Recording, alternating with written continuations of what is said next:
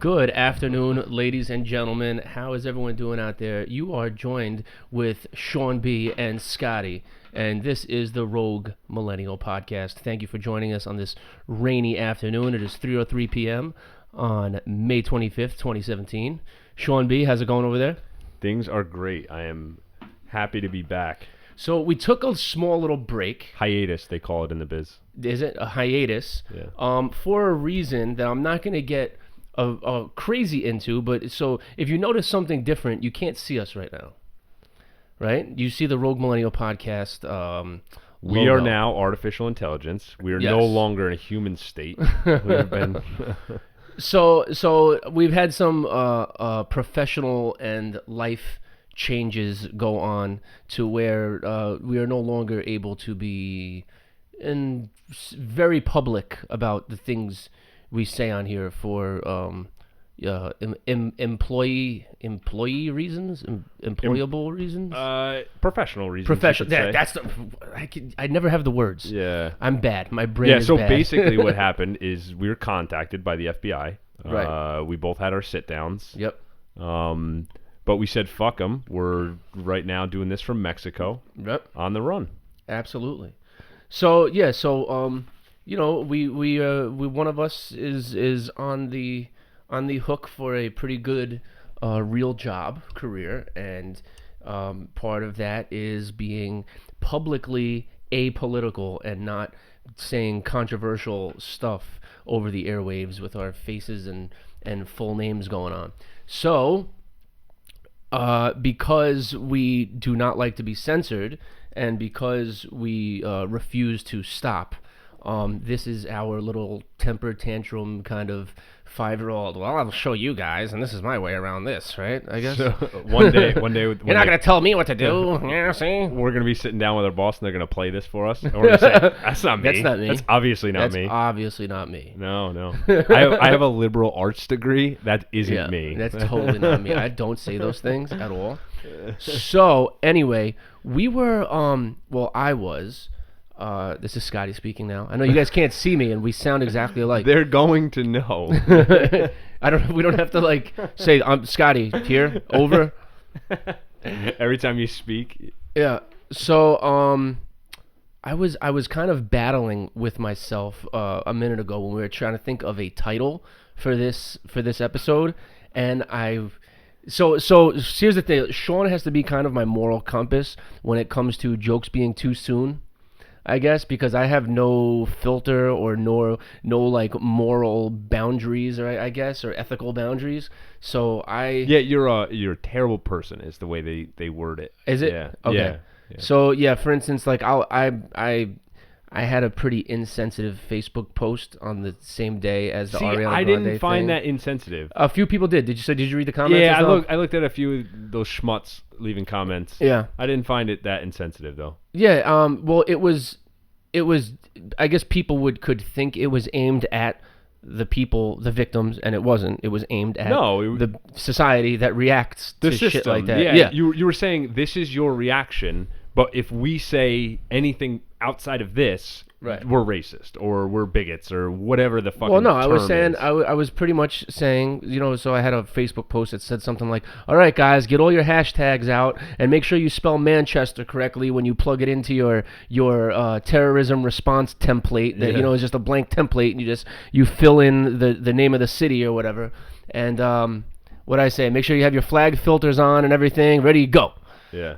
And literally within 10 minutes of that, like I saw that and I was scrolling down and it was like everything was changed. Yeah, with, well, you know what? It was Manchester with the heart. Right. And I was flying a Union Jack on your you're an American with a Union Jack on your profile. So what I was talking about is the ridiculous kind of the ridiculous If one more sound comes out of the computer, I'm gonna quit. I know I gotta get rid of this thing. I don't know how to mute it.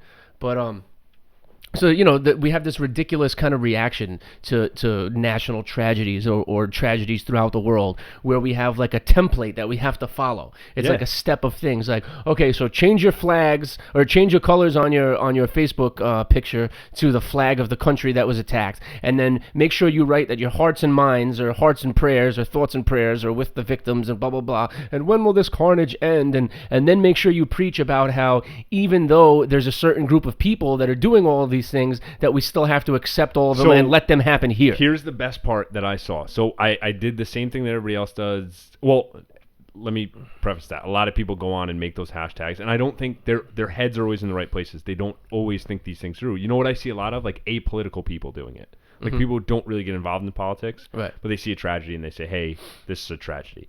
And I respect that. Like if you're going to say like, hey, I don't know what to do and I'm not involved in the conversation, I get it. I understand. I happen to involve myself in the conversation.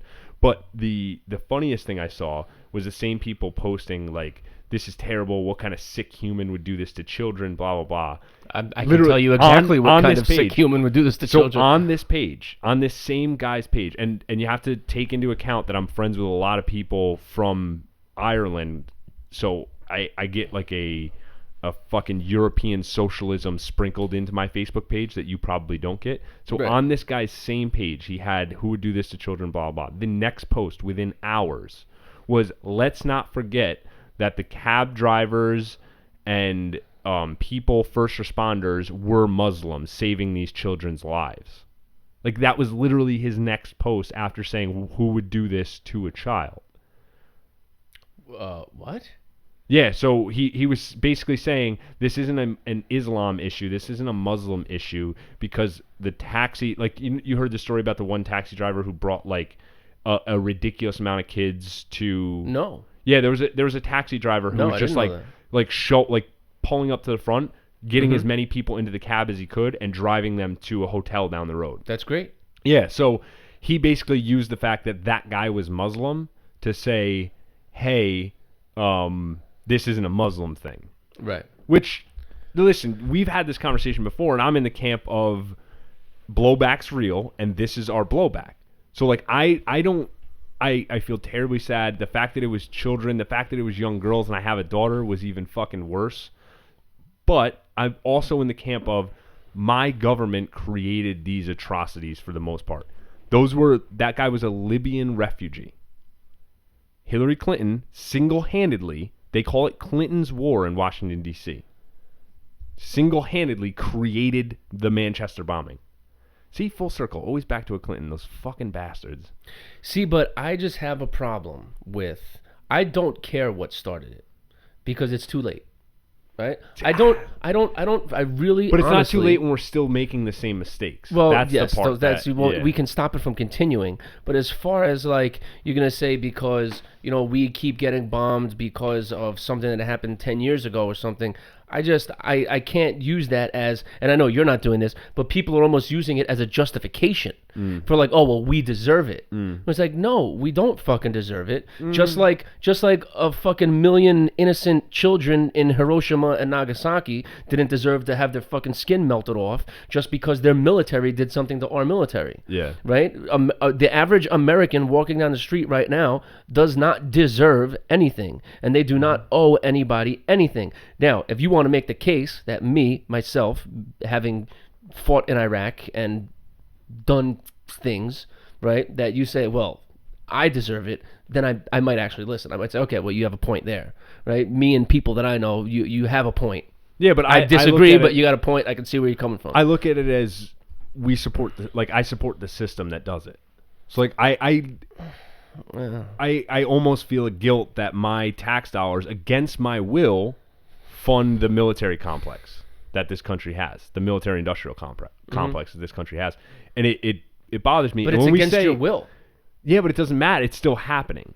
Like it's still going on. Like even if I was, let's say somebody had taken my family hostage and said, "All right, you got to kill these 3 people, and I'll give you your family back." I'm gonna go kill those 3 people to get my family back. That doesn't mean I'm not going to be like, "Fuck, I can't believe I killed those 3 people." In this case, you are by force and threat of jail or death, having money taken from you. You have no control where that money goes. And in order to stay out of jail or stay alive, you have to pay this money. But we as Right? if you're talking society as a whole, if you're talking nations as a whole, so our nation decided to put these politicians in who have made these decisions throughout these years. Right, but we don't get to decide what decisions they make. I get it, but we have it's the argument for, well, our democracy has created this, and that's why one of the reasons I think that democracy is a fucking sham.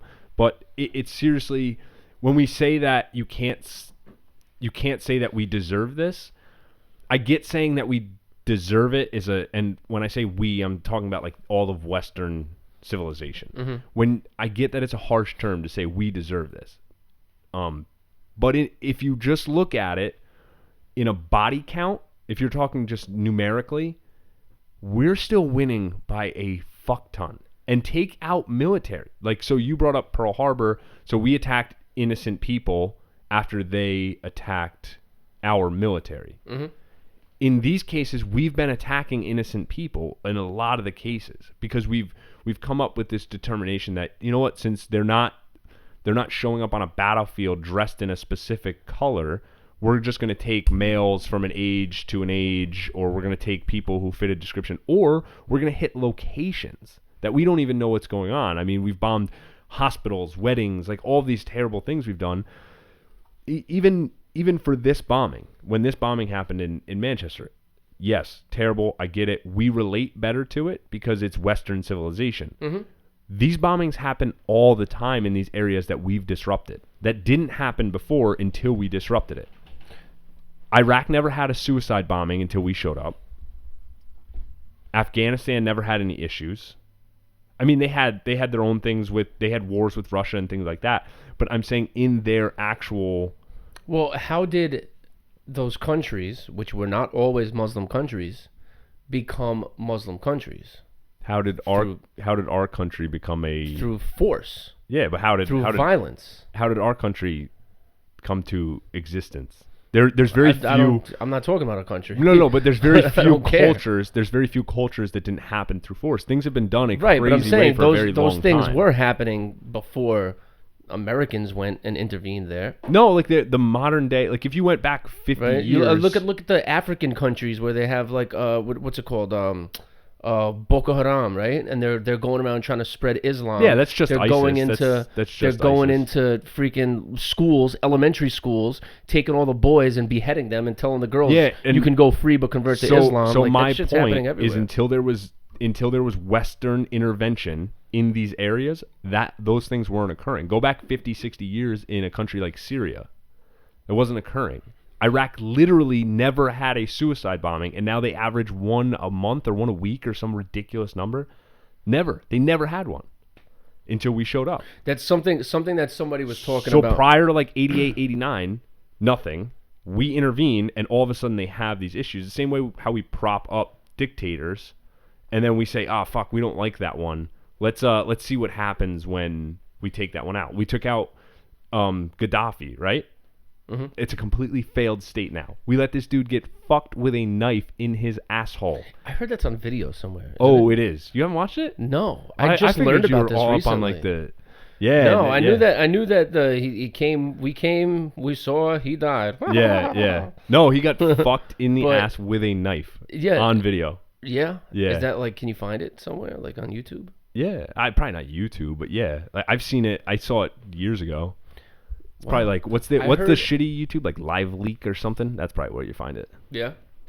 Is that like the YouTube where anything goes? Yeah, I think so. Nice. Yeah, because that's where I've seen like people dead and stuff. Yeah, I saw it. There was one thing I saw some Russian soldier get fucking beheaded while he was still alive. It was. Yeah. I used to watch gross shit like that. I used to get off on that shit. something's wrong with me. Yeah. When I was younger, I used to watch. There was like a website. I can't fucking remember the name of it, but like me and my friends would like. Ogrish.com? I don't think so. I remember it had like a very obvious name to death, and it was just literally like people's mutilated bodies. Yeah, crazy shit. Check this out. So we have Ariana Grande concert. Yeah. In Manchester. Yes. Gets bombed. Yep. A bunch of children get killed. Mm-hmm. What are we? It's 22, right? Yes, and 22. then 59 injured. Yeah, right. I don't count injured.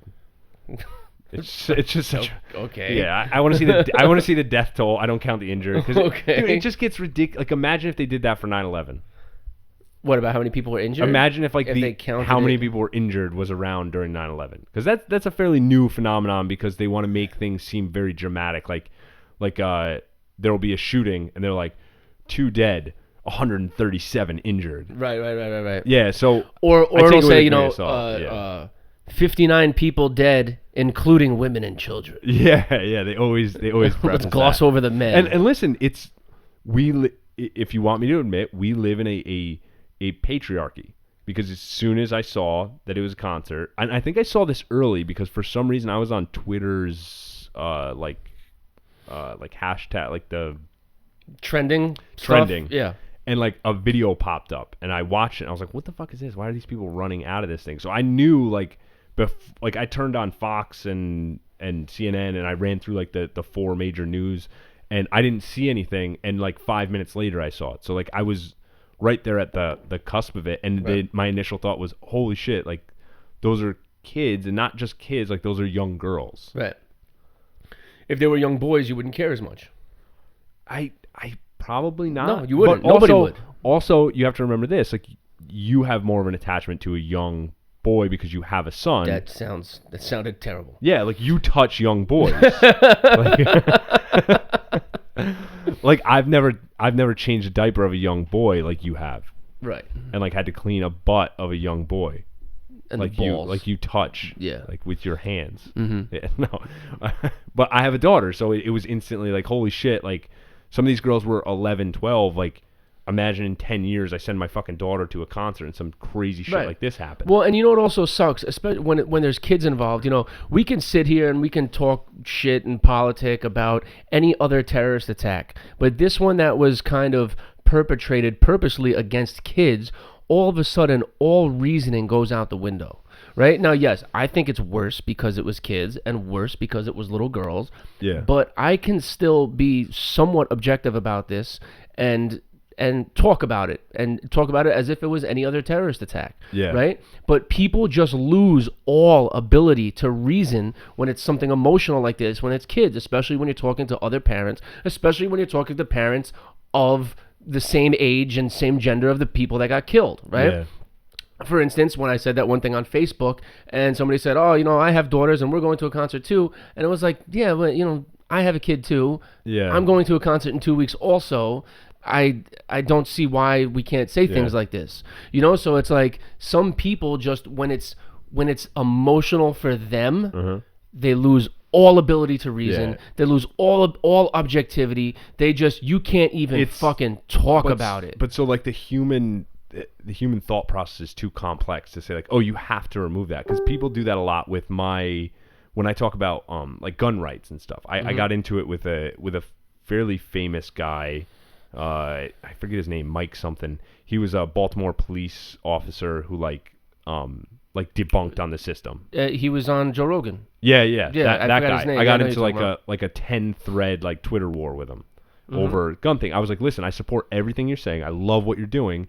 You have to relax on the like liberal gun rights stuff. Like Right. It's not the guns' fault in these. Like you worked in a community where guns were illegal, and you saw and they guns. have the most guns anywhere. Yeah. So, but I got into this with him, and I told him the story about when I was in Dublin. And I don't know. I think I told this story on the podcast. I'm not sure if I've gotten into it or not. If I haven't, we'll take like we'll do like a half-hour segment one time, and I'll tell the whole story like soup to nuts.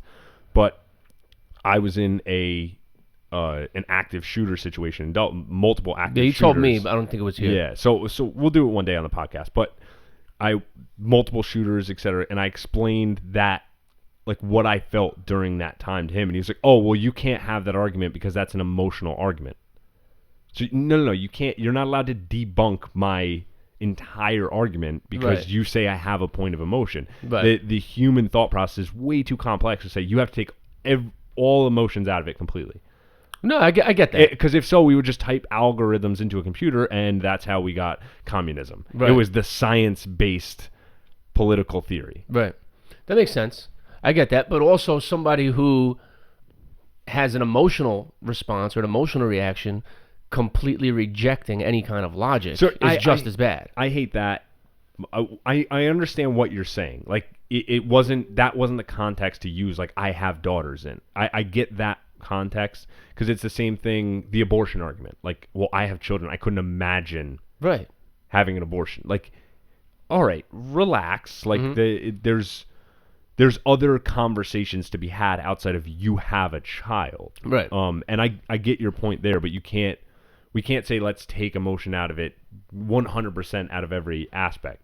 But something like that, it's almost a petty comment. Like, let me virtue signal by showing like, hey, I have daughters, so I know what's going on. Like, yeah, you and a few billion other people have daughters. Right. And there's plenty of people who have children who are in favor of that stuff. Yeah. So what do you say to the person that doesn't match your opinion, but that matches your experience? Yeah, there's Muslim extremists taping bombs to their daughters. Like, it's not like, we get it. Yeah. Right. But naturally for me, the first thing I thought of was, holy shit, like my daughter in 10 years could potentially be going to a concert like that.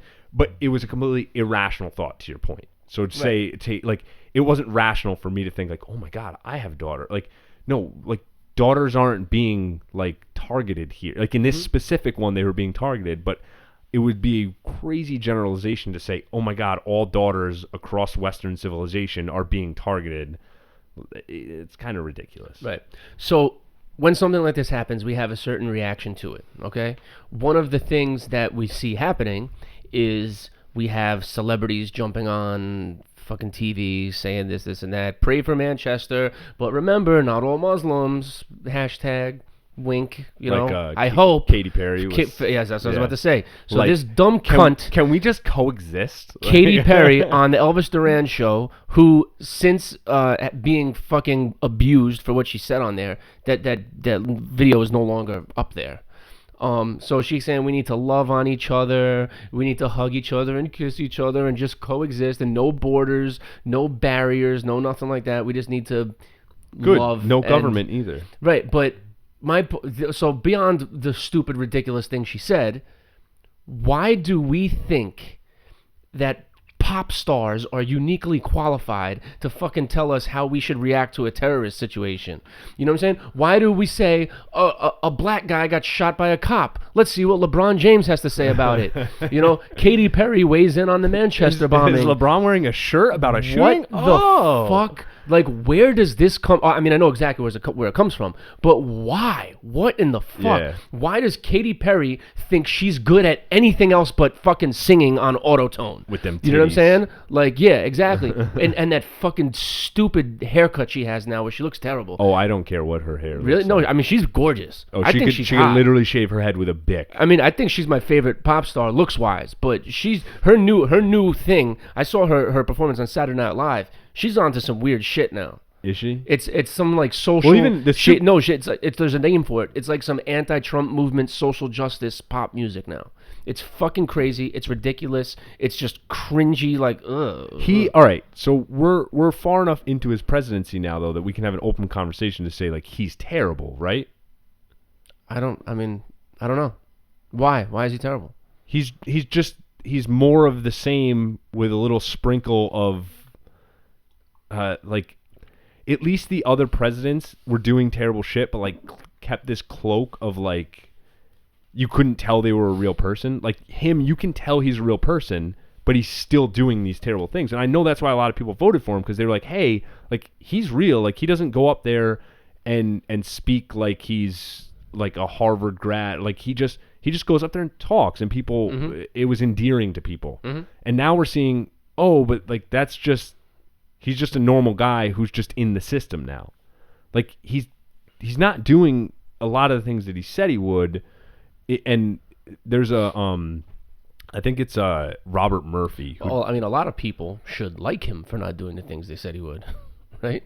Yeah, but I mean, the left was going to be upset with no matter what. Anyway, he could cure cancer tomorrow, and they would still fucking hate him. Yeah, but you have to. I still look at it as okay. He's still doing, because there was even things he said during the campaign that myself, as like a full anarcho-capitalist, was like, oh shit, like this might be good. You had Like a this fucking big orange boner. yeah, this might be pretty cool. Like when he just mentioned it, I think 2 times during the campaign, like, we're gonna audit the Fed. Like, what are those guys that? And he said it just like we were having a conversation here. He was just like, what are those guys at the Fed doing? Like, how's that work? What I think we should audit those guys. Like, it was great. I loved it. And he's just not any of the things he said he was gonna be. Like, Right. everything has been, from the healthcare to everything, has been a watered down bullshit every other president version. Right. Well, with a sprinkle how many of presidents he doesn't have done communicate everything well. that they promised? Oh, no, I've always said that every Right. president is worse than the last. Well, so here's my thing, and I've always thought this. You can have a president that goes up there and preaches all this stuff and says that he's going to do this, this, this, and this, and then he gets sworn in and he goes back to the Oval Office for the first time, and there's a bunch of guys standing in there going, hey, so this is what you're an gonna alien do looks now. like. No, and they say, hey, you know what, all that stuff you said was great, and we're going to try to make you look good, but Yeah, this is this what's machine happening now. keeps moving with or without Exactly. you. Like, this is what's happening now. This one plan you had. Oh, and then they It's played not the good for recording us. of them telling JFK that they were going to kill him. Right, exactly. Oh. You know, some shit like that. I'm serious. I honestly Yeah. believe No, maybe I get it. something There's- along those lines happens where the president on his first day in the Oval Office realizes that he really is not in charge like he thought he would be. Yeah. And, you know, he has to kind of, I mean, think about, look, on the things we know, right? The president has to fucking run his ideas through so many people. Yeah. Well, Right? he gets Congress his, and all he this gets shit his and- ideas from a lot of people too, Right, as well. exactly. So what makes us think that there's not people that we don't know about that are sitting there kind of telling them this isn't even leaving this room? Yeah. You know I'm What I saying? always that think idea of, it dies now. you know what? Don't even say You know it what again. has kind of tarnished me is watching House of Cards.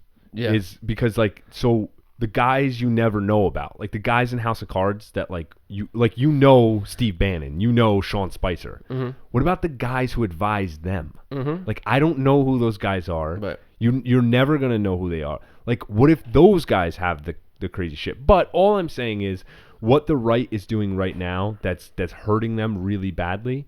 And I have one more really good point after this that I got from somebody. But what the right is doing right now that is really starting to look bad is they're defending Trump at every turn because of the backlash from the left. And they think their counter reaction needs to be defend our president. Where the left's pointing out legitimate shit now. All of a sudden, the left is anti-war again, and like they care about like real issues again, and apparently they're concerned with budget problems again. Like all of a sudden, these are concerns for the left that haven't been.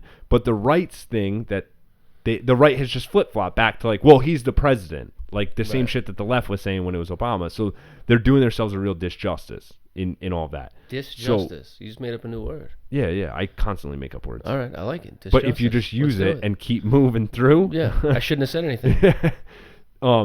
So Michael Malice, I've known him for a while because he's been on a few of the podcasts that I religiously listen to, like Tom Woods and Part of the Problem with Dave Smith.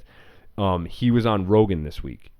It was the first Rogan that I've watched live. Mm-hmm. I've never done that before, but this guy is so good that I had to watch it live. He's like what he's known for. Was that the guy that when they were talking about Chris Cornell killing himself and stuff, and they were talking about suicide and everything? No, he's this guy is he's a North Korea expert.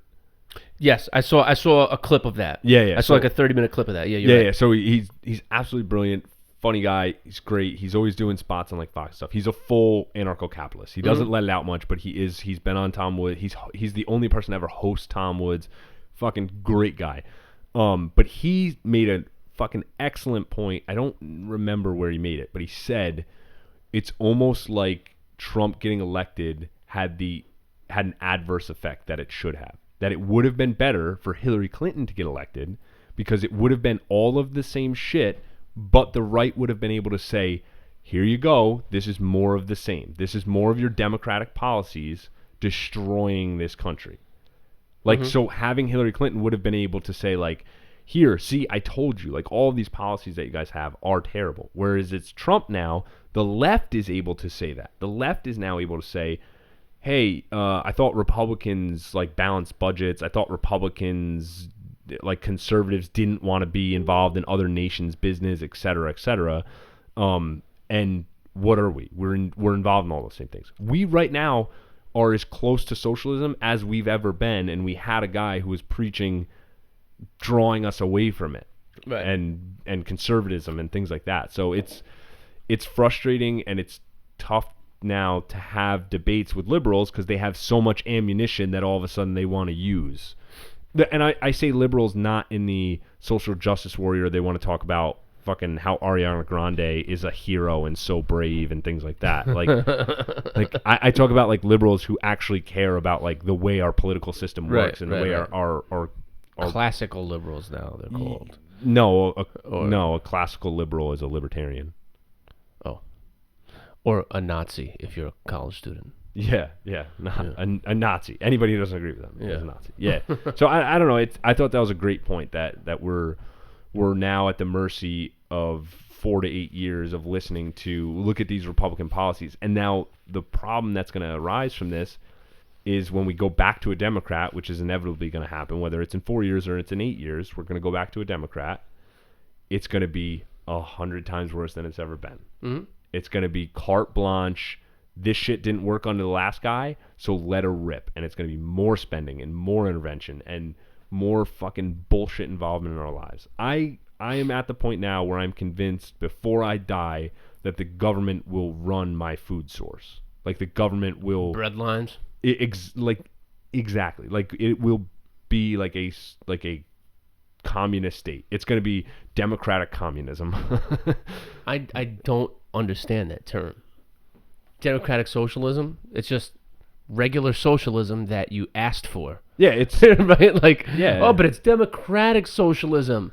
Okay, well, so it's socialism that's forced on half the country instead of all of the country, right? Yeah, and being in so I don't know if I didn't talk about it, but I was just on a trip to I went to Ireland for a couple days, and then I went to Leeds in England for a couple days. So I was in England 2 weeks before the bombing, so that personally affected me deeply. I was one of 50 million people standing on that island 2 weeks before a bomb went off. Mm-hmm. So obviously I'm distraught over the whole thing. Right, because, I mean, you almost died. Yeah, I mean, basically, if I would have been like 400 miles north and there 2 weeks later. Close enough, man. You risked your life. At an Ariana Grande concert. You risked your in life. That specific section, yes. Yeah. But so going on that trip, have a lot of friends over there. It is so ingrained that European socialism into everyone, you can't even have a conversation of like, hey, what if you guys had less government? Like it's a foreign thing to them. They can't understand like government runs literally every facet of their life. Like what cable provider they're able to have in their area is like divvied up by the government. Everything. And it's you can't even break with smart people. You can't even break through a conversation of like, well, what if you guys just did less? They're like, Mm-hmm. well, people would die. Like I brought up because they always make fun of like our healthcare system. Like it's so stupid. You guys have to get insurance to go. Like you guys are arguing about insurance, not even arguing about like getting health care. Right. Like you're arguing about health insurance. Do you know anything about healthcare in Cuba? Yeah, a little bit. So I got into an argument recently with somebody who watched the Michael Moore documentary. People were talking about how Cuba has Cuba has universal healthcare, and don't they have like the worst? They have healthcare. They have the worst. They have most one disgusting hospitals. They have one where hospital. people die waiting online. They have one hospital for like the rich and elite that Right. Michael Moore went to. And so and you saw in the movie that was right. So then I posted an article about how healthcare in Cuba really is. Just because it's free doesn't mean it's good. Yeah. Right? That's what people need to realize. Yeah, Cuba has free healthcare for everybody, and it's fucking terrible. And people fucking catch diseases from the hospital beds that they're fucking lying in. Right? It's disgusting and it's gross. And then I was accused of posting anti-socialist propaganda when I posted the article about what healthcare really is like in Cuba. Someone actually said that? Yeah. They said that's just anti-socialist propaganda. Right? People, Canada too. Everyone praises Canada's healthcare system. Yeah, it's free, and that's why a lot of Canadians come here for their healthcare. Yeah, when a Canadian gets cancer or like their child has fucking lymphoma, Stefan Molyneux. Where do they end up? Stefan Molyneux had I don't I maybe I don't know if it was lymphoma, but it was some kind of cancer. And he came to the United States from Canada and relied on donations from his fans to treat his cancer because he did not want to stick around in Canada to treat his cancer. He came to it was one of those, Michigan or North Dakota or something like that. One of those states over there that he came down to. Relied on donations from his fans that he was not he was guaranteed health care in Canada, and instead took a chance on getting donations to come here for his health care. And he went to one of like our shitty Midwest places. Imagine if he had gone to like Sloan Kettering in New York City. Here's a Long Island fucking cancer center. Right.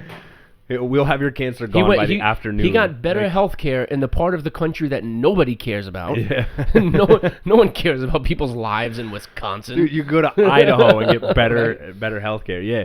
And it's so funny when I bring up the point to people that think of something that the government can do better than private companies. Like, name something. Right. And everyone's always like, well, what do you mean? And I'm just like, all right, so take your iPhone, for instance. Like, do you think if the government made all cell phones that we would have an iPhone ever? Like, we would ever have anything that touches that sort of technology and usability and things like that? Ease of access, costs, like affordability, anything like that? Like, well, no, but like, that's Apple. They're making billions of dollars. It's like, what's the government doing? What is the government doing? Making trillions of dollars. Yeah, they're right. And it doesn't matter how much they make because they can spend whatever they want. They have a blank check written by the system they created and continue to build upon, that they're just able to write. Like, when people are now complaining, saying like, oh, well, Trump's cutting the budget to the EPA. Like, yeah, where does it say that we're supposed to have an EPA? Like, if you guys are so concerned with the environment and you think the EPA is doing such a great job, privately fund it. So all these celebrities love the EPA. All these multimillionaire and billionaires love the EPA. They could fund it in a fucking afternoon once a year lunch. Yeah.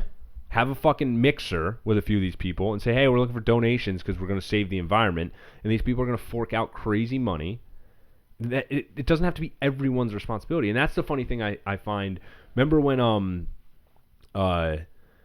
they were threatening, as soon as Trump got elected, before he was sworn in, they were threatening to like defund Planned Parenthood completely. Like, he mentioned it in something. And Planned Parenthood... Actually, no, I don't remember him actually saying that, but I remember people thinking he was going to do that. I think he said something along the lines like, it should be the state's decision. Like, he said something completely Which reasonable. Which is not the same thing as defund. Yeah, no. Anytime he says, I'm going to leave it up to the states, they assume that means he's taking it away. We're in the Civil War and there's going to be slavery again. Right. They assume that he's taking it away. Just like saying, with the Trump care, I'm going to leave the health care up to the states. That's not the same as taking health care away from people. Yeah. And people need to fucking realize that, and that's so stupid. But look at what happened. I think it was less than a day. Planned Parenthood got $320,000 in donations under Mike Pence's name alone. Less than a day. Because celebrities got on their podcasts and on their fucking shows and said, hey, like Samantha Bee and John Oliver, hey, you can make a donation to any of these places and you can do it in anyone's name. So you can make a donation to the ACLU in your racist grandma's name and blah, blah, blah, and all this kind of shit. And so that's a good present for fucking Christmas or whatever it was that happened. Yeah, it was like Christmas, around Christmas. But I'm okay with all of it. So why don't we do this for everything? Like, why isn't it So look at overnight. So the same thing with Bernie Sanders supporters. They broke down. Remember how he was having people give, like, I think it was $17 or something. Like, if each of his supporters gave $17, then he would be able to something. And somebody did the math and was like, if each of his supporters just gave, like, I think it was like $6 to Planned Parenthood, it would fund it every year. Like, if every year just his supporters gave $6 to Planned Parenthood, it would be the funding that they needed for the year. His supporters don't have $6. That's why they need him. Yeah, and that's Right? the part that's so fucking I frustrating. actually tweeted that at him today because he tweeted something about fucking poor people or something that he tweets whoever is in charge of his Twitter tweets the same thing every day with the words in a different order. These injustices. So so I commented on his tweet today saying like Bernie, you realize that like you need people to be poor in order for you to be needed, right? Like so you like. Bernie Sanders wants more people to be poor or else he's not needed. Yeah. How do people not realize this? He has an incentive to make people poor because without a lot of poor people, he has no job, right? So people who you say the Republican Party is all about rich people and this and that. Well, wouldn't that stand to reason that the Republican Party has a vested interest in making more people rich so that more people vote for Republicans if they're all about rich people? Yeah. And in the complete opposite, if Democrats are the representatives of the poor people, doesn't it stand to reason that Democrats want to make more people poor? I love when Democrats like still hang on to the notion that they're like the working man's party. Yeah. Like they were fucking 50 years ago when they supported Jim Crow. Like I love that they still try to hang on to that. Like you've fallen so far. Like I have my wife's family is all union. They're all union elevator and I think there's a few other they love Democrats. Teachers, stuff like that. So they will just vote Democrat across the ticket because they're union supportive. So and that's the other thing. Like you not only vote for a big government when you vote Democrat, you then pay fees. You pay your dues into a union to have another form of government over your job. So my mother-in-law right now works for the county, and she's like a union. Like the administrators for state workers are all unionized. She can't get a certain percentage raise at her job. Like they want to eliminate one of the positions and just pay her more to do both jobs. They can't give her the money to do that, because the union says that's unfair to the, like they have to give it to every union worker would have to get that level of an increase. So she can't get it because they can't give it to everybody. Right. Even though they work in different offices, different towns, different this, different that. Like I don't know why people consistently think like I need more people to tell me what to do. I need more people to control me. I need more of this, more like I can't wrap my head around it, and I feel sorry for the people that think that that's the way they have to live. Well, it's because it's not fair to the people who do not have the ability to make decisions on their own. Yeah, I'm not right? 6'9" and black. That's not fair. Right. Yeah. So you're not gonna, but you're never gonna be in the NBA. Yeah, that's not fair. Do they need bullshit. to make rules to put you in the fucking NBA? Yeah, they need more. No, they don't. Yeah, Sorry. they need more 6'2" lengthy white guys in there. Yeah. With no real athletic ability. You're 6'2". Yeah, I'm six basketball height. I'm 6'2" and 3/4. If you weren't white, you could play basketball. No, if you're 6'2" and 3/4, you need to be fast, jump. Really? High. Is that short for basketball? Yeah, like I can dunk, but it's like a very ugly, like one-handed kind of layup. Then I grab the rim after. You have to grab like the net and climb up it. No, like so I jump up and I like kind of like finger roll the ball in, and then I grab because like I can't. It's called a layup, I think. Yeah, I said layup and then a dunk, but you didn't understand it, so I had to change my. But I don't think it's a my dunk. verbiage. It's a layup. No, because then afterwards I grab the rim to make it happens so fast. Your untrained eye wouldn't know. Bitch ass white boy shot. Hey, or something it's like better that. than yours. It definitely is. I'm not the one bragging about how good I can fucking dunk though. All right, so check this out. We got kind of sidetracked. No, because as we normally do. Because the title that I already committed to on here is Ariana Grande and the Reality of Muslim Influx. We need to stop with titles because we always fuck it up. We do. And just number these things. Yeah, I'd say we just start. No, like this is number 17. Or I'll come up with the title after. And you know what will be fucking hilarious? Let's not number them in order. Like this is 17. So like, the next one we do is 46. Yeah, and we'll just keep episode 17. 49. Okay, so check it out. So what we have is whenever we have this terrorist attack shit happening, like we have in Europe every fucking day now, right? Every week, Europe is just I mean, Europe is going to be gone pretty soon. No, It's going to be no. It's huh? so you just did the same thing to Europe that they do to us over gun violence.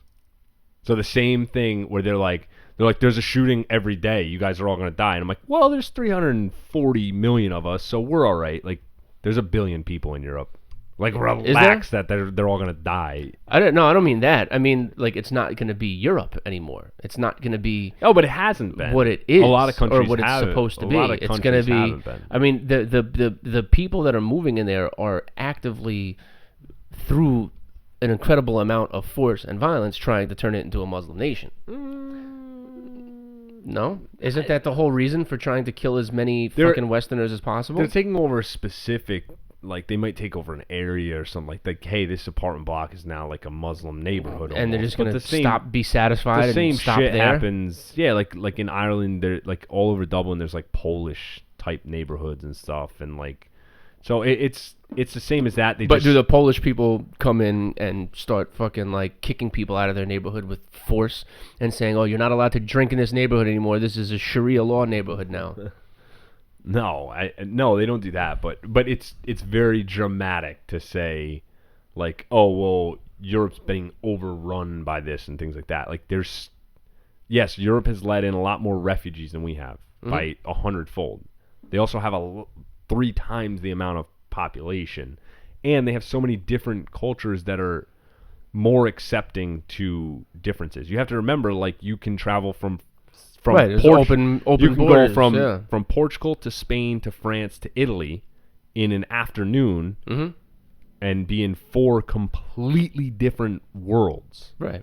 Like 4 different languages, 4 different color people, 4 different types of people. Like it's such a different area that it's. But do you know that? So putting aside the whole Muslims are trying to take over the world thing, right? Because I do believe that that's the goal of the radical, extremists. That is absolutely, definitely the goal. I mean, there's no question about that. Yeah, no. Whether they're going to talk succeed, about it, whether they're going to succeed or not is the question. Yeah. Right.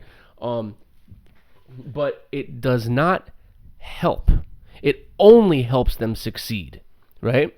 When we have things like in Europe, when they talk about these terrorist attacks on the news, and they are not allowed to mention the word Muslim, Islam, terrorism, extremism. They're not allowed to say those words, right? Like anytime in England, when they're reporting on the Manchester thing from the other day, none of them ever mentioned that it was a Muslim terrorist, right? Or that it was an extremist, Islamic, radicalized kid. They just don't mention that stuff. They're not allowed to. So we had things like the New Year's Eve thing in Cologne, Germany, 2 years ago now, right? 2 years ago on New Year's Eve, where there were like 1,000 women who were sexually assaulted by quote-unquote refugees, right? The migrants, the Muslim migrants from Syria and stuff like that, from the Middle East. And these people were in the crowd saying, you have to be nice to us because Miss Merkel said so, right? As in Angela Merkel said, you have to be nice to us. When these women went to the police to go report this, the ones that did report it, because half of them were like, oh, I can't report this because then I'll be racist, because it'll be Islamophobic. It'll cause Islamophobia. And then people are going to be violent towards Muslims, right? And then even the police said, well, we're not going to touch that because we're going to be racist. We have to just keep moving the goalposts until the fucking reality fits our view. Right? This is only going to get more people killed. It is only going to allow the fucking extremists and the people that are doing this to accomplish their fucking mission. It does absolutely nothing to address the problem. Katy Perry going on fucking Elvis Duran saying that we just need to love each other and all this shit does absolutely nothing. If anything, it does the opposite of what we're trying to do. Fucking people here saying, oh, pray for fucking Manchester and pray for Paris and pray for all this shit, and posting their fucking hashtags and their fucking flags on their Instagram shit and whatever the hell they're doing, when at the same time saying, oh, but let all those people come here too. You're a bigot if you want to keep these people from coming to America, but pray for fucking Paris and all that shit. Like this kind of denial of reality and just not being able to talk about it and talk about who the enemy is and talk about who is committing these fucking crazy atrocities overseas. Who is it? Who is it that's doing this stuff? Yeah. Is it just people with mental disorders? Is it just people who have had drawn the short straw in life? No, it is fucking Muslims who have been extremized and radicalized, or whatever the fuck word you want to use. But every single time this happens in another country, it is a Muslim person, more often than not, a migrant or a refugee or somebody that was accepted into this country recently. Yeah. Right? The country that accepted them with open arms and said, fucking take everything, rape my daughter if you want, fucking take everything from me, I will do anything for you. These countries are the ones that they're coming into and fucking just killing as many people as possible. And we can't even fucking talk about it. So what do you think the solution is? I don't know. I don't know what the solution is. I am against... So the solution is obviously less refugee migration to Western civilization. Right. I mean, I don't understand how that's a fucking issue. Saying that you want to at least slow down the influx. I don't understand how that is a problem. Saying that. I don't think we see when you look in any country throughout history, throughout the world, we have certain things that happen as the Muslim population grows and grows and grows and becomes a higher percentage of the population, right? Yeah. Right. Once the Muslim population is at like 10 to 15%, you have Muslim no-go zones and Sharia law zones and kind of static between the Muslim people and then the other. But we have that in what is it, Michigan? We have there's a lot of places in America that happens. I think it's the largest like in Western civilization is in Michigan, and they literally cause no issue at all. Like they've I don't want to say they've conformed to like our Western way of life, but they come here and they like enjoy, like, oh, I can go get a really good job and I can work for the things that I want, and like that's I can fucking enjoy great. it. Yeah. I love that. That's great, and I hope that can happen more. Yeah. Right? But the reality of the situation is that you can pick out Michigan and say that's great, and then come up for every Michigan, you come up with 100 Manchesters. Yeah, but I'm saying Michigan's like millions of people. I think, like, I'm pretty sure it's a huge population. You can look it up quick, but I'm pretty sure it's a huge population. Here's the area I come from. Like, I understand that yours is an intellectual approach over an emotional approach. That I get that. So I it's not like that's insensitive or anything. That's not I don't give a fuck. Like, you could be as insensitive as you want. I don't think that's the direction you're coming from in this. The direction I come from, though, is what I also think is a pretty intellectual direction, is until we get the fuck out of all of these areas, we need to shut the fuck up. And I don't want to say just take it, because that's not what we should do. People should fight for what they have. We shouldn't go out looking for fights, though. So, like, one of my favorite UFC fighters, Tim Kennedy, was a Navy SEAL. He had retired, I think, 3 or 4 years ago. When Trump came into the presidency, he re-enlisted because he was excited about the opportunity, and he talked about this. Like, I'm now going to have my hands untied to be able to handle ISIS the way I want to handle ISIS. I have an issue with that. I find an issue with us now. We created a boogeyman, and now we're just reinforcing that we need to fight the boogeyman. Like, I just think we created this shit. We put ourselves in this situation, and no one is willing to sit back and say, we did this. Let's stop what we did on our end and see if that has any... Listen, if we pull out everything and a year from now we see an uptick in Muslim extremist terrorist attacks in Western civilization, I'll be the first one to say, all right, we need to let Mattis do what he needs to do and target ISIS and complete the destruction of them. Go ahead. But until we do that, like, until we step out of it and say, we're not going to intervene in these areas because all we've caused is harm. We've been in these areas now for 40 years. 40 years, and we've done nothing but fucking harm. But at the same time, within that same 40 years, right, is when these countries went from being, I don't know if all of them, being Christian nations to Muslim nations. Correct? At least a few of them, right? The 70s in Afghanistan, you've seen those pictures. Women are wearing mini skirts and turquoise dresses. Yeah, and have no, their hair no, done just like America. Yeah, but that Cadillacs those and everything. they weren't Christian Well, civilizations. so maybe not a Christian nation, but in that time was when the religion of Islam got more of a stranglehold over the society. Yeah, no, they had Islam. They were Muslims. We made them extremists. My point. But what I'm saying is, and even I don't mean the terrorism part. I mean the being a fucking terrible place to live in dystopia part. No, I understand what you're saying. We had nothing to do with that. I'm not saying we created the extremists as in we created taking women out of miniskirts and putting them in fucking plastic bags. We created that, is what I'm saying. So if somebody came, we created Sharia law in those countries. So if somebody came to you and said, "Hey, I find it terrible what you have on your arm, your Marine Corps tattoo. I find that disgusting, and I'm going to use physical force to attempt to remove that."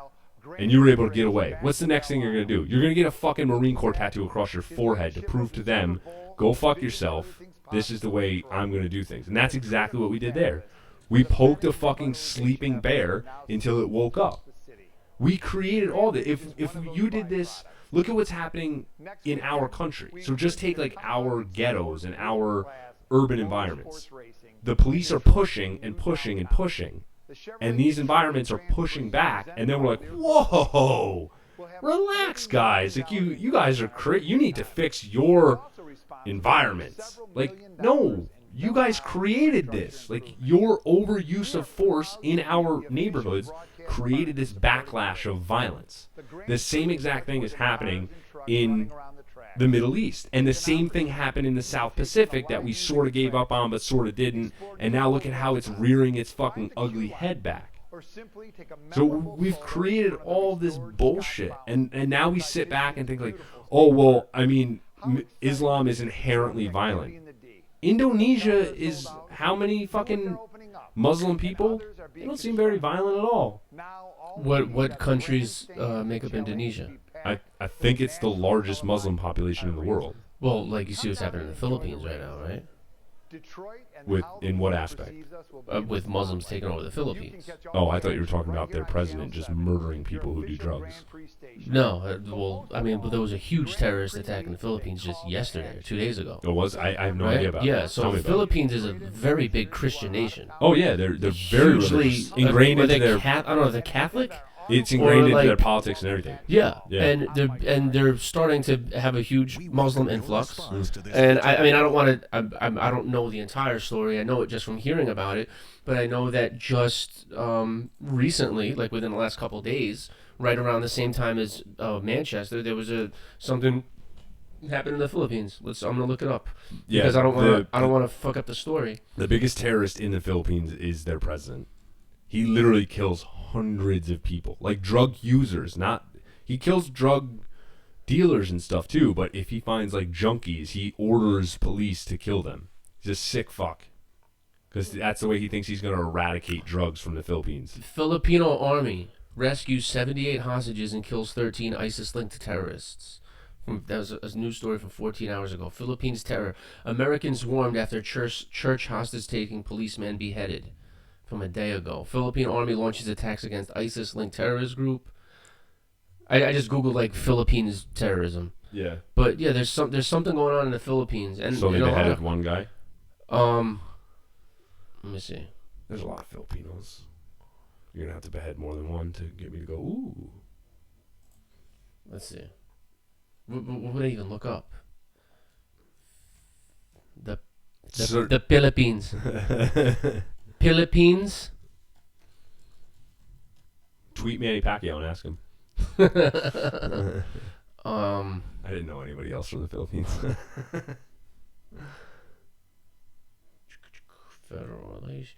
Federal state relations, religion in the Philippines. All right, so while you're on the old Google machine, though, look Yeah. up Indonesia. I think it's Indonesia that has the largest Muslim population. Well, we can just Google largest Muslim population. Largest But my overall point is that we have created extremists on both ends. We've created extremists in they are now extremely religious, and we've also created the extremists as now they're extremely violent. It was our intervention that created both. And I also, one of my favorite things, Indonesia, you're right. India's number 2. Pakistan's number 3. Okay, so the top two, though, are not inherently violent places. I know India has a terrible sexual assault problem, like a horrific sexual assault problem. But the top two, which account for what is that? Well, so could half a billion people. Okay, well, so then could it be specifically Arab Muslims? No, could it be places that we've intervened in?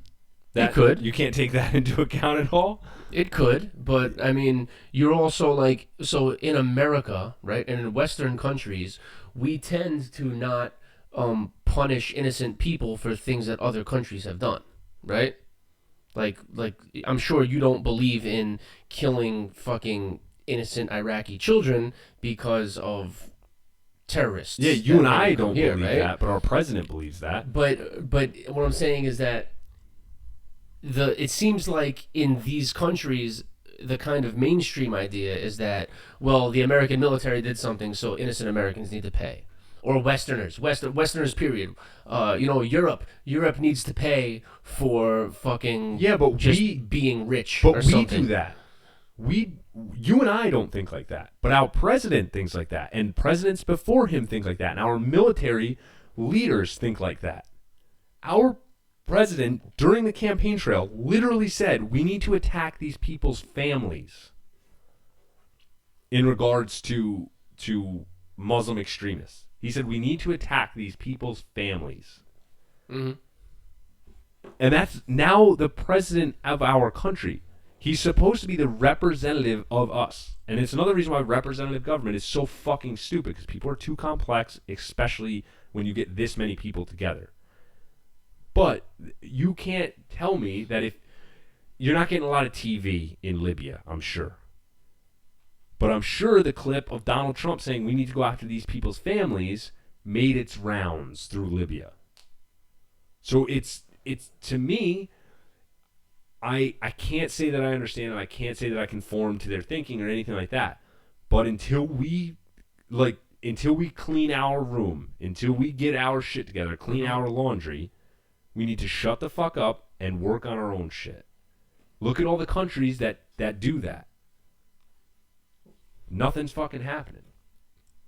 So it's easier to get into Ireland than it is to get into England if you're a refugee. Refugee status in England is fairly difficult, and migrating there is fairly difficult. Ireland is fairly easy because it's more socialist than England is.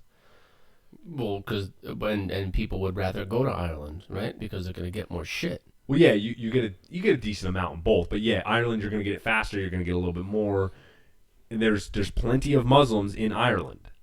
Mm-hmm. You are not going to see a Muslim terror attack in Ireland. You're not going to see it. Even though they're part of Western civilization, they wear fucking Nikes and they listen to pop music and they drink and they do all the things. But in Ireland, do they have a general idea of allowing themselves to be pushed around by people who come in? Oh, that is the idea there. Really? Like they have to be so accepting there. Like they really? have to be. Oh, that's why they have a large Polish population. They have a large population. But I'm saying to the point, like how we're supposed to do here, where it's kind of you can't understand. It's way worse there. Oh, really? Oh, way worse. It's ingrained into like the government. Like you can be removed from positions if you had an opinion. Like let's say, let's take somebody who's. I can't necessarily think of a politician off the top of my head who has like a train of thought similar to like ours or yours. But if you had that, you would be instantly removed from. Yeah, it's no joke there. Like the social justice warrior stuff that you think goes on here is ingrained into their culture there. Really? Like it's ingrained. There isn't there isn't a right there arguing against it. Let's put it that way. Like when I go there, my views are so foreign that it's considered a joke. Like it's like they'll ask me things like if we're in a pub, like my friends will ask me things like, how do you think this should be? Like how do you think? Like, yeah, Sean, tell him. Yeah. Hey, listen to my friend Sean. Yeah. Like yeah. Tell him what you think about fucking socialism. Like healthcare. Like say, Sean, what would you do if like healthcare was up to you? I would say, and I give my answer of, oh, well, I would let the market decide what. Laughs and yeah, shit. I would let the market decide what needed to be done, and innovation and things like that would all be left to the market. And they just laugh and laugh and laugh, and like it's so ingrained into them that that's the way it's supposed to be. So, but you're not going to see it there because Ireland minds their own fucking business. Mm-hmm. They don't get involved in the bullshit. Yes, they're a part of Western civilization. What does France do that? What does France do? France bombed Syria. True. France has a military. Yeah. Ireland doesn't have a military. They don't have a military at all? Ireland doesn't have a military. Really? I didn't know. Yeah, that. they have a very small like formal military, like for marches and stuff. Like that's really what I think they have like less than 2,000 people.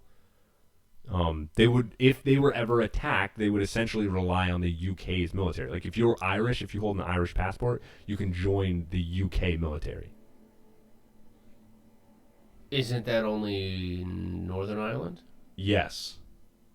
But if you're Irish, like the UK is basically like, we'll take you. Like you want, like the same way we let like people from Guam and stuff like that join the military. Vote, but they can join the military. Yeah, like Puerto Rico and shit. Yeah. Like, oh, you guys want military? Yeah, sure. Yeah, but you're not gonna pick the guy who tells you where to go. Like, yeah, exactly. Yeah. So, but that's how it is in Ireland. But so when people make the argument of like, oh, well, it's a war against Western civilization.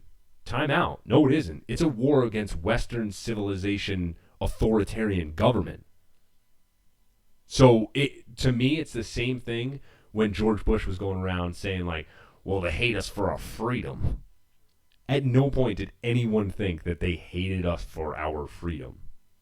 And to make the argument of, well, it's a war against our culture, I don't find correct. Well, but when you have extremist Muslims that do come to Western countries, right? Like, for instance, I mean, this is all speculation, obviously, but with the Ariana Grande concert, you have a bunch of young girls there in short skirts and tank tops that are over there dancing and shaking their asses around to a sexy young woman up on stage. So one could deduce that that was absolutely an attack on our culture for our girls being little fucking whores and sluts. Right? Yeah, like I mean, things like that. Or when they see a woman in the street with her fucking hair down or up in a ponytail and not covered, and they want to beat the shit out of her for walking through a fucking Muslim neighborhood with her fucking hair down, or she's wearing tight pants, so they think they have the right to fucking rape her. Yeah. I tend to think that has less to do with that country bombing Syria and more to do with them being sick, gross, disgusting people with a backwards fucking culture. Yeah, but why are they not in their country still? Because fucking these people aren't leaving their areas unless they're wealthy. They're not leaving areas because like, oh, I want to live in the UK. Like no one is thinking like these people on these boats aren't thinking like, oh yes, it'll be so nice to get to Germany. Like, oh, I can't wait to get to Greece. Like no one is thinking that. You don't think so? No. Because they know they're gonna get handed a bunch of shit. 100% no. 0% chance. No. No one is like, yes, I finally get to go to Greece. Like they're just not. It's not something that's crossing their minds. They're thinking like, oh great, like the place I've lived for the last 50 years is literally a pile of rocks on the floor, where before it was a pile of rocks into shapes of squares with holes in the floor to shit in. But it's something to me that it's. So do you truly believe that the people who live in the Middle East, without U.S. or Western intervention, were perfectly happy to be living in the Middle East? Yes. Because they didn't know how shitty they had it until fucking other countries saw other cultures and stuff. Nobody bothered them. There's plenty of people in Africa who we go there and bring them fucking t-shirts, and they know what it's like, and they're just like, all right, cool. Like, I'm gonna live in this village. I'll probably get AIDS at 27 and die, but this is where I live. Like, and there's people in this country who are like that. Mm-hmm. Like, you don't think people in rural Alabama or West Virginia know that there's like they could drive fucking 3 hours and be in a major metropolitan area? Like, they know. Like, some people choose to live differently, and I think that these people chose to live differently. I mean, there's tribes in that fucking Amazon that are uncontacted by people. Like, you don't think somebody in their tribe has probably seen some sign of intelligence at some point, like a plane fly over or this or that. When you talk about those situations, though, those people are better off staying in their tribe because they would have such a ridiculous, crazy time adjusting to. Yeah, but even if it would be like if you got thrusted 1,000 years into the future tomorrow, you would fucking kill yourself. You know what I'm saying? Probably the smartest man alive. Probably at this point, yeah. Yeah, you ever seen Idiocracy? Right, I'd be a genius. I'd be the president. Think about if someone from the Stone Age, Encino Man, right? You know, remember the movie Encino Man? Yeah, yeah. My favorite movie when I was a kid. Was that Pauly Shore, right? Yeah, it was Pauly Shore, Brendan Fraser, and the kid from Rudy. Yeah, yeah. Brendan Fraser was the caveman, right? Imagine if someone from the Stone Age got thrust into 2017. Yeah. Imagine if the Stone Age was around somewhere and we went and dropped bombs on it and then went back home and we're like, hey, why do these fucking Neanderthals come and fucking beat us up? Because that's what's happening now. Like, the Middle East was advancing at their own pace. Like, they were advancing at whatever pace they wanted to advance at, which, fine. Good for you. Advance at whatever fucking pace. Look at, take China, for instance. Huge country. China. You do that really well. Do I? So, but there's such a vast difference in areas of China. Like, there's metropolitan areas with crazy advancements in technology and all of these fucking out there, like some of the most advanced shit in the world is going on there. And then there's also like mountain civilizations that are just untouched. Like, and they know what's going on. And they're just like, oh, cool, good for you. Like, fucking keep making your computer magic. I don't give a shit. Like, I got cows to milk and shit. And I felt like that's what was going on in the Middle East until we were like, hey, we gotta find a spot for all these Jews. Nobody's using the Middle East, right? Let's give them this little 40-acre lot there, and they just keep doubling the lot every year. Oh, okay. Yeah, no, I don't think that'll be a problem. And fast forward, and look what's a fucking problem. Israel, that was the size of a fucking pea on a map, is now the size of a goddamn silver dollar. All of a sudden. And they're the victims, though, so you can't say you're literally a Nazi if you say they're not the victims. But then if you say that Palestinians are inherently violent because of their religion, you're also a Nazi.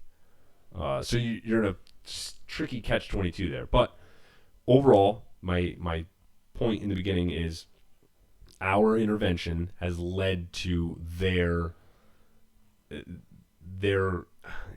I can't keep saying extremism because when I say extremism, they think terror, like people think terrorist, but it led to their ability to kind of embrace their religion more and more and more and more and take it to an extreme. So that's it. I want to fix that before we start talking about who can come and who can't come. And like, so the guy who did that bombing, everybody's talking about, well, he was on a list. He was under investigation in Europe. Number one, that might just be that agency saying like, oh yeah, we knew about him to cover their own ass to make themselves seem like they are important in any way, shape, or form, which they're not. That's the first option.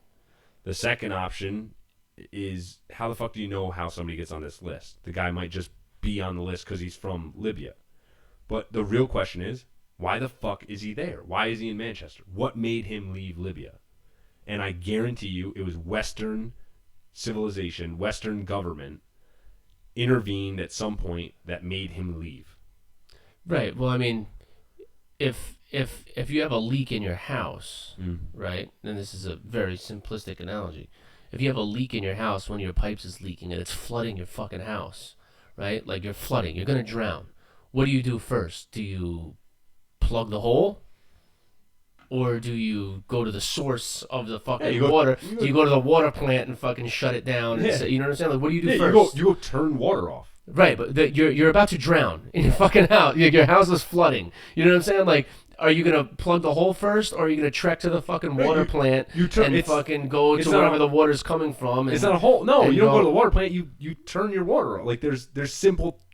There's a bunch of kill switches in your house to turn water off. Ours happens to be the easiest one ever. Don't spend trillions of dollars sending bombs over to these countries. Right, but they could say today, we're stopping all operations in the Middle East. We're done. We're pulling out. We're fucking done. We're sorry. Mea culpa. Forgive us. We're done. And that does zero for all of the fucking Muslims but you have that are to in all of start- our countries you have that are to still start with fucking that. pissed off at the last 17 years No. or even 40 years, like Nope. you say. Nope. Right? That does nothing. Nope, Because I they're 100% still in disagree. all of our countries. They still want to fucking kill us. All of that shit still fucking happens. So, but we've been doing So we this. can keep it from maybe continuing for another 50 or 100 years. I but can't- the ball is already rolling. It's can't already disagree more. a fucking avalanche. I can't disagree more. We have an opportunity. So there's a snowball rolling down a hill. We have an opportunity while this snowball is still a You don't have size the that we're opportunity to able bring it back to the fucking top of the No, hill and break it we're apart. at a point though that we could just kick it and it could just poof. And it might take a couple years for it to completely disintegrate, but it would be gone. It won't be the huge mass. So basically, what you're saying is, So are you saying? But what you? Let me get to. You're not saying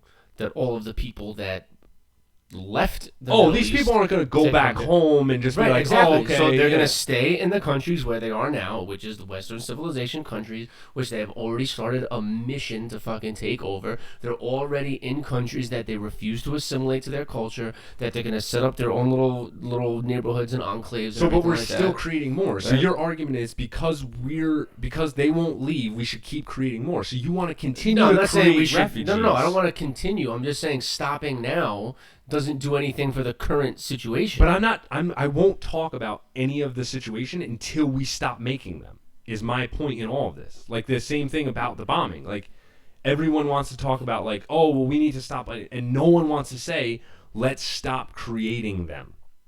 We create the terrorists, we create the refugees in our terrible foreign policy. If we were really everyone is on board. And everyone has been on board for quite a while and saying North Korea is an imminent threat to the U.S., right? Like that's the new buzzword in town. It's like North Korea is an imminent threat. North Korea is in its third generation of this same leadership. Kim Jong-il it was Kim Jong-un. Un's now. So Il was his dad, and then his dad. Kim Jong-sung? Yeah, but we're in 3 generations. All of a sudden, it's an imminent threat. So these guys at no point have made any attacks on anyone besides South Korea over the past fucking 100 years, except for when we decided to go there and fight. But now they're an imminent threat. But for some reason, we haven't done anything there. We haven't done anything in North Korea. So if North Korea is so bad, why haven't we done anything there? But every time a Muslim country in the Middle East sneezes, we jump off the fucking couch and start throwing bombs. Because when a Muslim country sneezes, Europe gets AIDS. Well, we're not Europe. We aren't Europe. Western civilization. But so my whole thing comes back to, and I understand your point of, well, these people are here, and we need to fix what's wrong. You're not fixing jack shit if you run in with some fucking plumber's putty and start shoving it at the hole in But the do you sink. think that the guy who is in his fucking basement, probably fucking next door to where we are right now, building a fucking suicide bomb vest, if he hears on the news in the middle of him building his vest, he's planning on blowing up Madison Square Garden tomorrow night, right? Do you think if he hears on the news right now, President Trump says everyone's pulling out of the fucking Middle East and we're paying them reparations? No, Do you think he's going to not go blow up Madison Square No, Garden but tomorrow night? my point in all this is we already created him. We already created the guy in the basement. I don't want in 10 years for there to be another guy sitting in that basement or woman sitting in that basement. They don't do shit. My whole Bitch point in the is, kitchen. my whole point is, I don't want to create another one in 10 years. Like, we have to stop. We've seen what these policies have done to our country and our Western civilization. Yet, for some reason, we can. So you talk a lot about it's not okay to talk about Muslim extremists when a bombing happens, and then the left says it's not okay for you to talk about Muslim extremists. So you guys, the left and right, will both fight about what they are and are not allowed to say after a bombing happens. And there's a small minority of anti-war people saying, "Hey, can we talk about why the bombing may have happened? Like, can we talk about blowback? Can we talk about anything like that?" And then all of a sudden, I'm the crazy one when I bring up blowback in all these scenarios. So I get it that the people that are here, the things that are already in planning. During 9/11, if I would have said, "Hey, we should pull out of the Middle East," I don't think the guys were just going to crash the planes into the ocean. No, I don't think that was going to happen. But I do think it would prevent us having the San Bernardino shooting 15 years later or whatever it was, right? Mm-hmm. So if we would have not had these terrible policies of intervention, then it wouldn't have happened. So if George Bush Sr. wouldn't have reneged on his deal with Osama bin Laden and not gone to Iraq and not had these terrible policies in Saudi Arabia and Lebanon and things like that, potentially 9/11 wouldn't have happened. So that's my whole point is right now, today, we're doing things that are creating a terrorist attack 10 years from now. If something dramatic happened in this area, and we think we've seen dramatic, like we may have seen a few dead bodies and stuff in some of the areas we've grown up in. I was a part of an active shooter situation that was pretty fucking scary. We think we've been in scary situations. I've never been in a building that blew up. I've never been next door to a building that blew up. And I'm not saying, because you may have seen that in your past life, but you were over there. Mm-hmm. Imagine if you were here. Imagine if you parked your car on the corner and you were walking up to your house and the house across the street blew up from a fucking cloud in the sky, a bomb dropped out of it.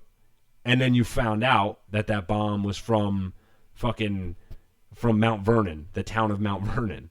And then all of a sudden it's Yonkers versus Mount Vernon. Like my whole point is saying, until you can put yourself into the shoes of what these people have seen, you can't rule out blowback. And if we don't deal with that now, we're going to have a bigger problem down the road. Deal with what's creating the terrorists, and then we'll deal with the people that are here that might not assimilate into our quote-unquote culture. But what would fix all that is a private property world. Right. Well, speaking of making up for past mistakes and, people kind of doing things to get things out of people that may have wronged them in the past. You talking about torture? I have a article that was shared with me recently today, and it deserves being talked about because it is something that I have made a video recently within the last couple weeks about this same thing, but it was at a different place, and this is happening all over our country right now in college campuses. So this specific one is, all right, I have this, and then I have one more thing that I just saw right now that's actually funny. Black students at UCLA make ultimatum demanding $40 million free housing and safe spaces. $40 million.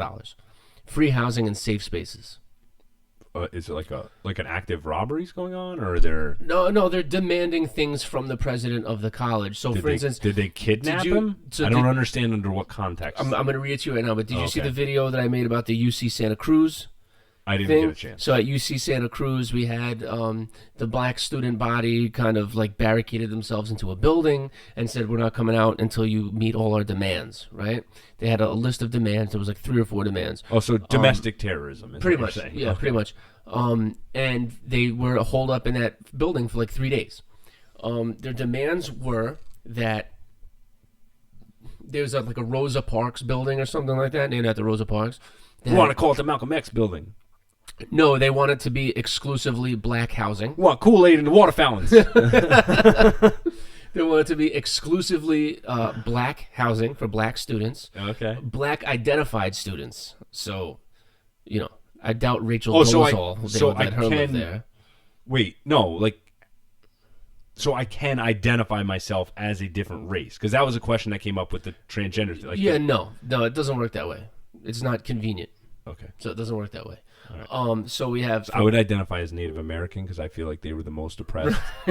So then another demand was they demanded that this building be painted black, red, and green, the entire building, which are the Black Liberation colors. Mm-hmm. They did not demand, however, that the school allow them to paint it. They demand that the school paint it, fund it, and paint it.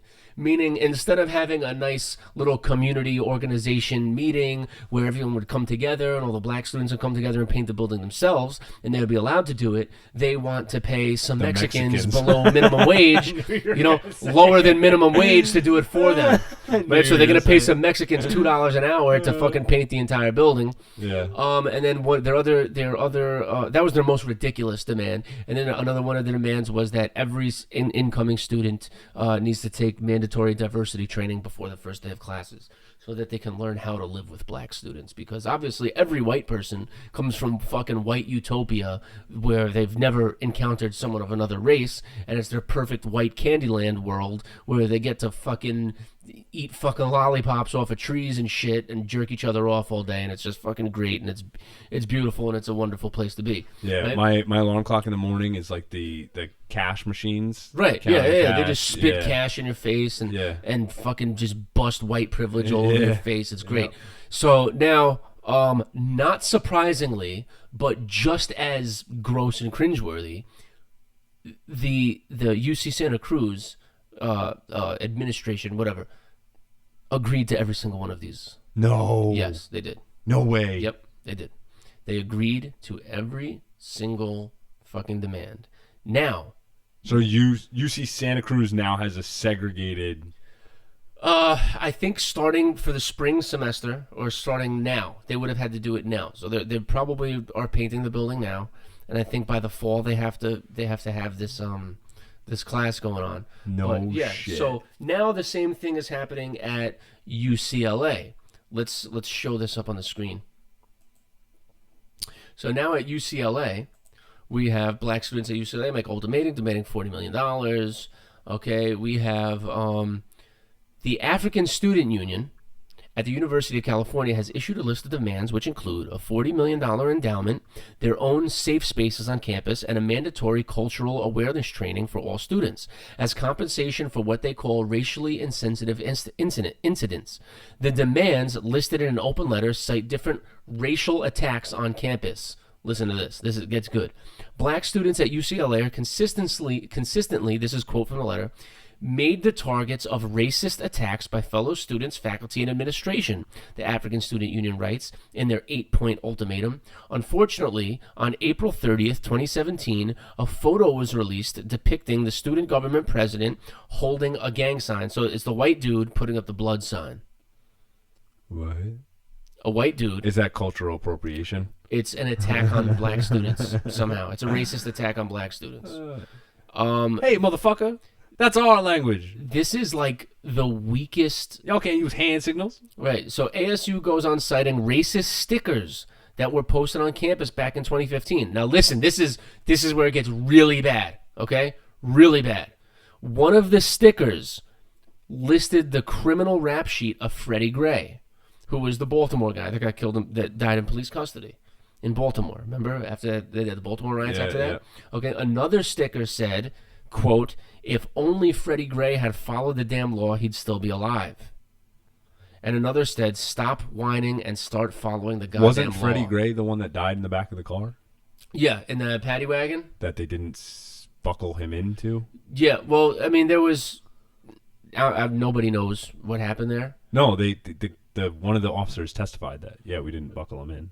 Right, but then didn't the prisoner that was in the back with him testify that he was banging his head on the fucking wall and shit? Yeah, but he still wasn't buckled. So if we're talking about like, There are no. You ever been in the back of a paddy wagon? No, that's why I hate the argument of like, well, if they didn't break the law, like I hate that shit. Like I've been in a fucking paddy wagon and there were no fucking seatbelts in there. So because that's the same argument you could say for Eric Gardner. Like, well, if he didn't fucking break the law, he wouldn't have got choked to death.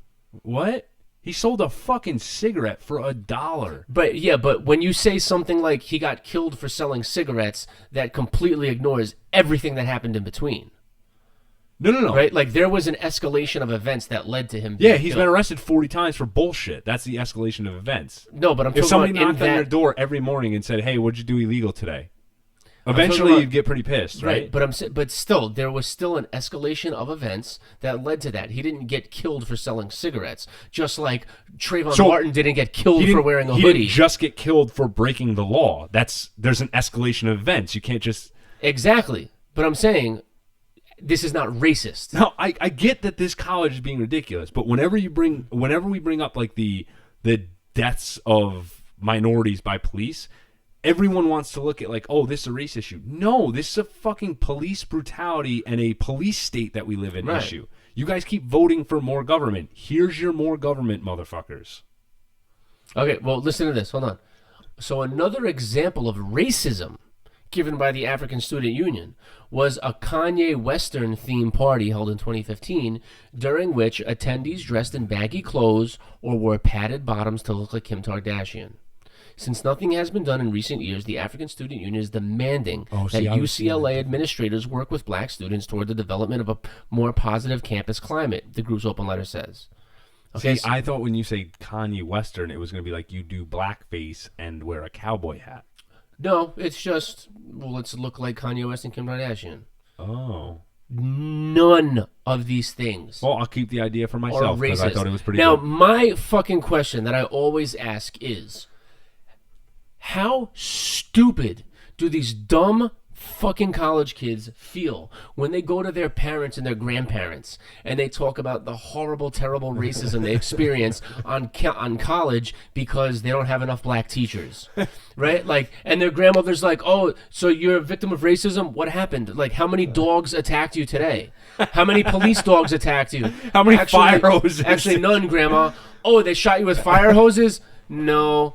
Oh, the police beat you up just for being black, just for trying to sit at the lunch counter. Dude, that could be a Chappelle skit. That is so Well, what funny. happened? Oh, my God. Well, the black student union at my school... Wait. You have a black student union? What? They let black kids in your school? What are you talking about? Yeah, Grandma, the black student union at my school. Wait, granddaughter. I'm still trying to wrap my head around this black student union. They let you guys assemble? Like, they let you attend school and assemble, and they don't kill you when you make demands? Oh, so you just reminded me. I have a friend that I know whose both grandparents were in the Holocaust. Mm-hmm. Both like barcoded up and everything. And he's gay. Okay.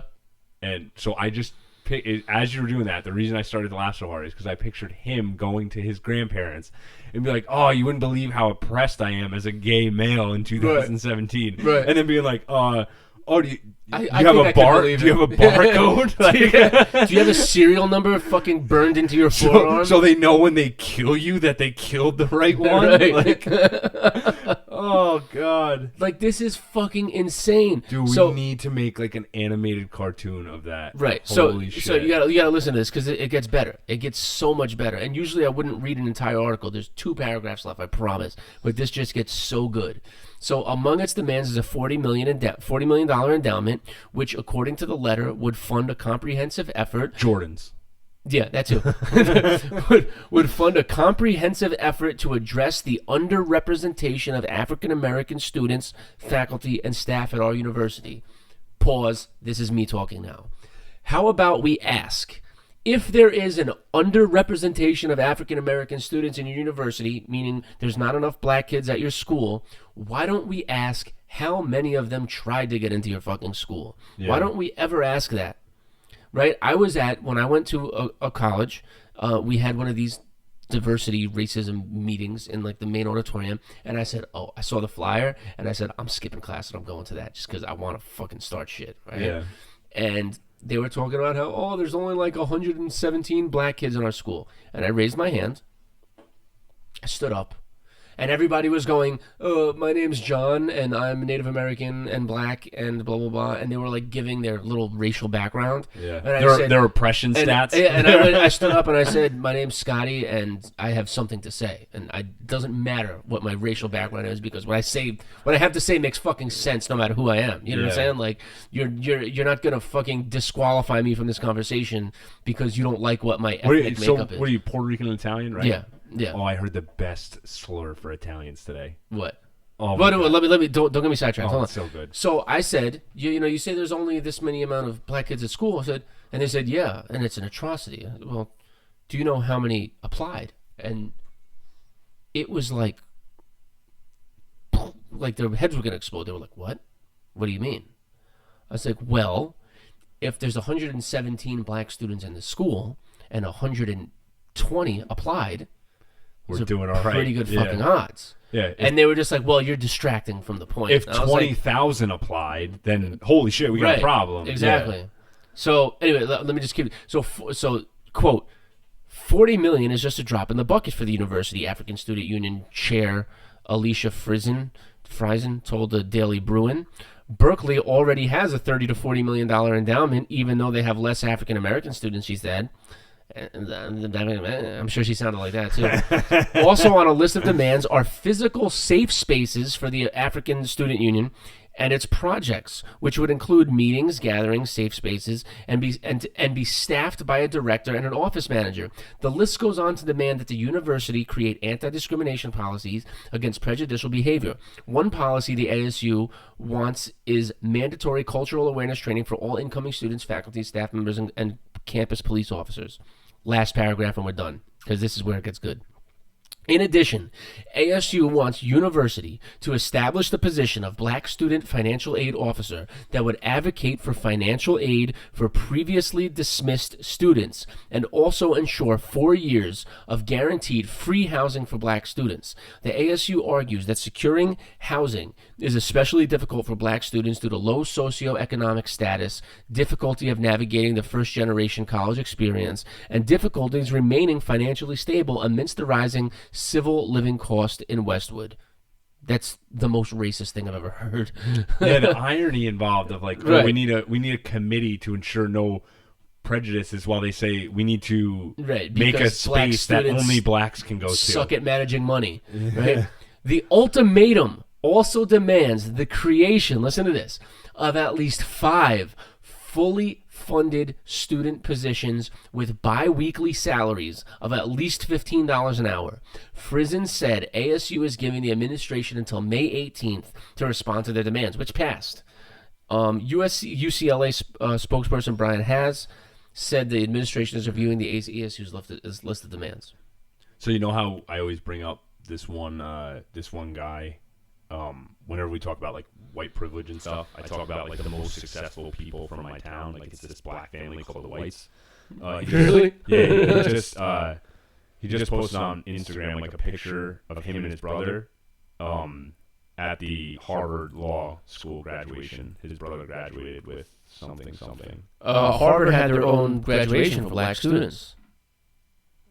I don't know if he did did that. Well, I don't know if he opted to go to that, but Harvard had a separate graduation because the black students that wanted to have a segregated black graduation were able to do that. Yeah, and they said, okay. I don't think I think it was today's the 25th. I think it was supposed to be on the 21st. These guys are like the most fucking like humble, down to earth guys on the planet, and they like the both of them, like him and his brother and his dad. They're all the same. Like if you're at like a party, as soon as they walk in, you're just like, oh fuck! Like I just became like the least interesting person here. Like they just, no matter what room they're in, like they encapsulate the room in their fucking stories. And they have to, like he's a war hero who's now a Harvard Law graduate. Like he got his arm blown to shreds overseas, and now he's a Harvard Law grad. Oh, I guarantee he will go into politics. I don't think he's going to practice law. I'm convinced I don't think he's going to practice law. I think he's going to go right into politics. Good for him. No? Not a politics fan. Yeah, well, maybe he'll do what you want to do. No, very much not. No. No. You never know. People might have a change of heart. Nope. Well, he's going to college, so he's probably a socialist or something, right? Or a communist. I guess. Yeah, I guess. I don't know. They all learn that shit in I college. feel like Harvard Law, they sprinkle in some capitalism, right? I don't know. No?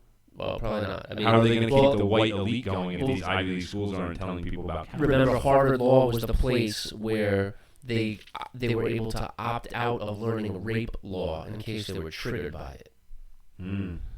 Right, that was the place that did I get that. triggered by rape law too. Super horny triggered. Oh my God, this is so terrible. You know what we need to do? We need to not label this as a political podcast because I feel like that's why we'll get in trouble. It needs to be like a comedy with politics sprinkled in. I don't think that's an option. You ready to get out of here? Yeah. We've been on for an hour and 40 minutes. There you go. We did like a half Rogan. Yep. These days, that's like a fucking. That's like a third row, or two-thirds row. He's been cutting back. Yeah, you're right. Real quick though, happening now in Manhattan, in Times Square, or right next to Times Square, is Milo Yiannopoulos running the protest against terrorism. You want to go?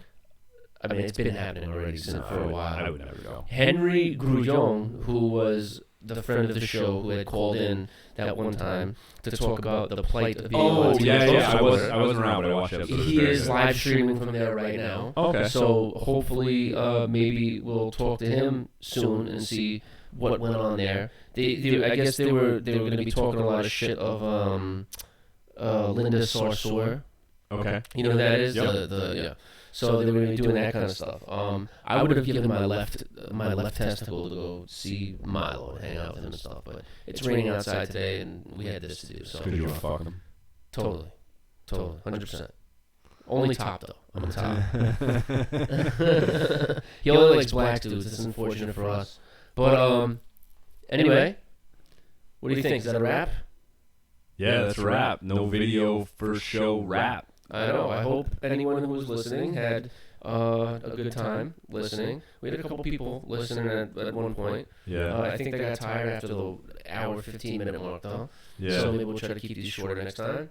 Thank you for listening to the new just audio version of the Rogue Millennial Radio. Ooh. No, Rogue Millennial podcast. No, you don't like Rogue Millennial Radio? No, radio. That's dumb. True.